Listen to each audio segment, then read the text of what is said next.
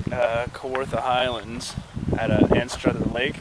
Big storm came through yesterday though, and a lot of wind, a lot of rain all at once. Blew down some trees, especially this one, blocking in at least one person pretty good, and that other guy's not too good. But check out this unlucky bastard. Ay, ay, ay. Engine's probably okay, but so I'm gonna have to park strategically. Anyways, we're gonna have to paddle pretty good because the wind's tough. I don't know if you'll be able to see it, but it always looks way better on camera than it does on. Oh, sorry, it looks better than it is on camera. But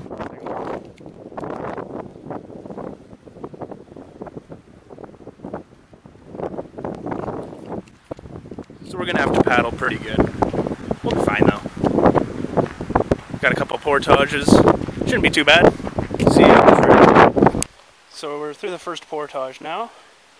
It's a windy day, but that wasn't too bad. 1.5 swells weren't too fun, and we got a little lost, but other than that, everything's going well. About halfway, and now we got to decide if we want to take the 1.4K portage or the little ones today and do the 1.4 tomorrow morning. We'll see. We're halfway through the 1400 meter portage. We decided to knock it out today while we're still fresh and the sun is shining. Getting eaten alive by bugs, but it's par for the course. Dan's over there avoiding bugs as best he can. And it finally looks like we're going downhill now. It's been uphill the whole way. Oh, it just takes the life out of you on the portage. But we're almost there, and a swim and a drink will feel oh so much better when we're on the other side.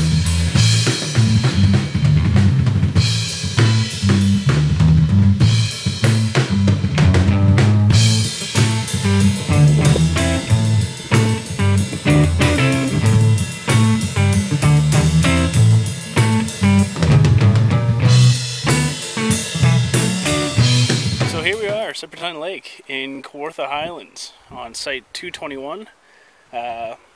We made it here in about 3.5 hours.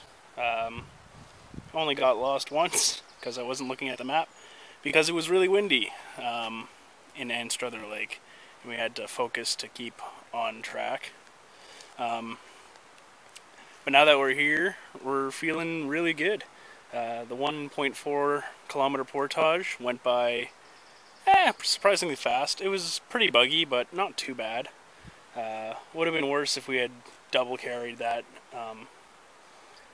but had to take 3 breaks along the way, albeit the last break I took was within 100 meters of the end of it. Just had lunch, which was filling and nutritious. Gonna explore the island a bit. But now that we're here, I gotta say, every time I look around, there's something more that I love about this site. 2-level living system. Plenty of trees for hanging up tarps, hammocks, and other such necessities like food. What a view! Look at this fire pit. It's clean as a whistle. A little bit of firewood already here for us. But enough about the island. We're gonna go explore the rest of it.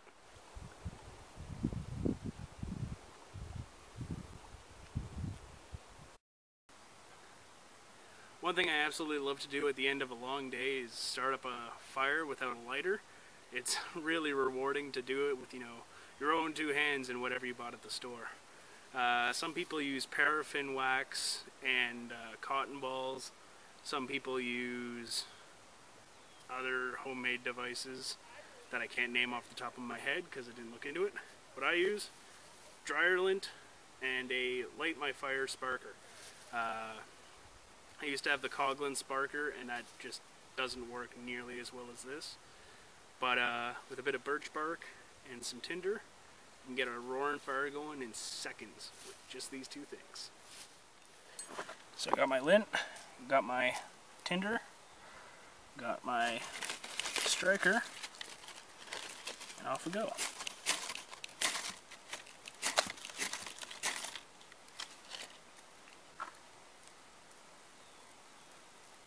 Oh yeah.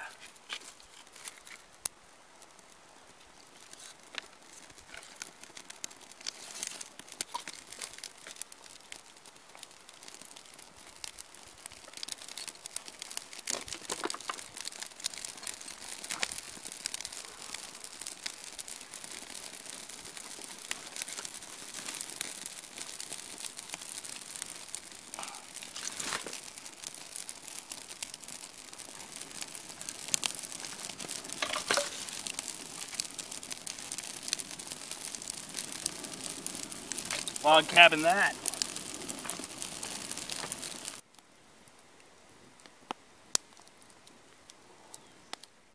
So, we're paddling back on day 2. It's a very different paddle than yesterday. It's all marshy and boggy, creaky. It's kind of cool. Reminds me of certain parts of Algonquin, although this is significantly more rocky. Not much to report. It was a good sleep last night, and everything went down fairly quickly today. We were in no particular rush. As you can see, it's a quite gorgeous day. The wind's shifted direction. It's going out of the east now, so I think that'll help us. We're certainly not going to be paddling against it at any point in the day. But portages are short, and the day is long. Speaking of which, I think I see our second portage of the day just over there, so we have to hop to it.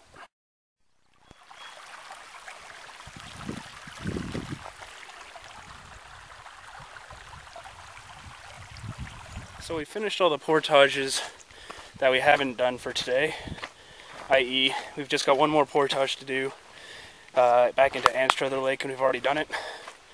I'm very glad we did the route the way we did, because all of the portages have been basically like this, very much uphill. Well, they're downhill for us now, but they would have been uphill. Look at that. That's the amount of climb I've had to do just to go back to get to this waterfall that I want to take a picture of. Woo-wee. Can't imagine doing that with a canoe and a pack. But it is very picturesque this way. I never knew Kawartha Highlands could be this nice, but there you go. And now, if you might hear, come up on a waterfall. See if I can't get you a peek.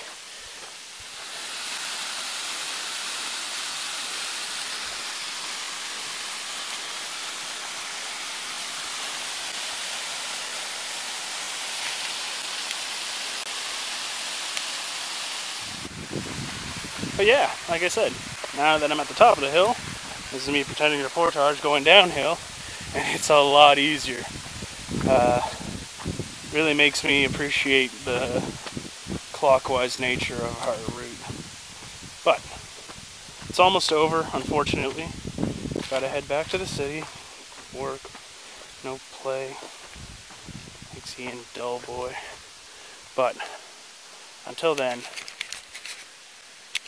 I do have this. So, we're on the way home now through the lush hills of Ontario. It was a really good trip. Aside from a little bit of weather, we had relatively very good time in terms of weather. Things we liked. The site was great. I liked that it felt like we were in a remote part of Ontario, even though we were only 2 or 3 lakes away from cottage country. It was a good little weekend getaway. The distance was good. 10K in a day is plenty easy. You can get anywhere you need to be before noon when you're doing 10K a day. Despite the storm we had Friday, the portages were in good condition, and the uphill kind of sucked. We definitely found out why they call it Kawartha Highlands as opposed to Kawartha Flatlands. But today was good. Went downhill most today. What did you like, Dad? Some of the portages today I actually enjoyed because they were more flat. There were some nice sights. We saw a waterfall at one, and for whatever reason the bugs weren't nearly as bad today as they were yesterday. Oh, yeah. So it was a lot more fun. And again, I'm speaking because I had the easier trip. I just had to bring the green bag and a bit of like the paddles in my hands. That was it. Ian, on the other hand, had the grueling Ewok over his head and another bag around his shoulders, so I can see why you probably like the paddles more than the portages, but I like just getting out and walking. It's great trails. It was pretty straightforward. There were some areas where you weren't sure if you need to go left or right, but otherwise very well marked, and yeah, it was good. Compared to the 1.4K, today was much better in terms of trail conditions. I mean, oh yeah. The 1.4, you had to guess sometimes where you're going when it was over the flat Canadian Shield parts. Yeah, it's ironic that the longest portage was the one that didn't have, or it had the least markings on it. Yeah, I guess not as many people do it though. So true. Yep. It's gonna get, and it's the most northern portage in the park, so that's why it would be less maintained, I suppose. And it's hard to mark over Canadian Shield. Distance. Yep. It's not like you could just spray paint in this part of the world. But yeah, it was a good trip, and despite that really tough wind we were going right into on the first day, made good time. Anyways, high five on completing the trip. See you later, YouTube.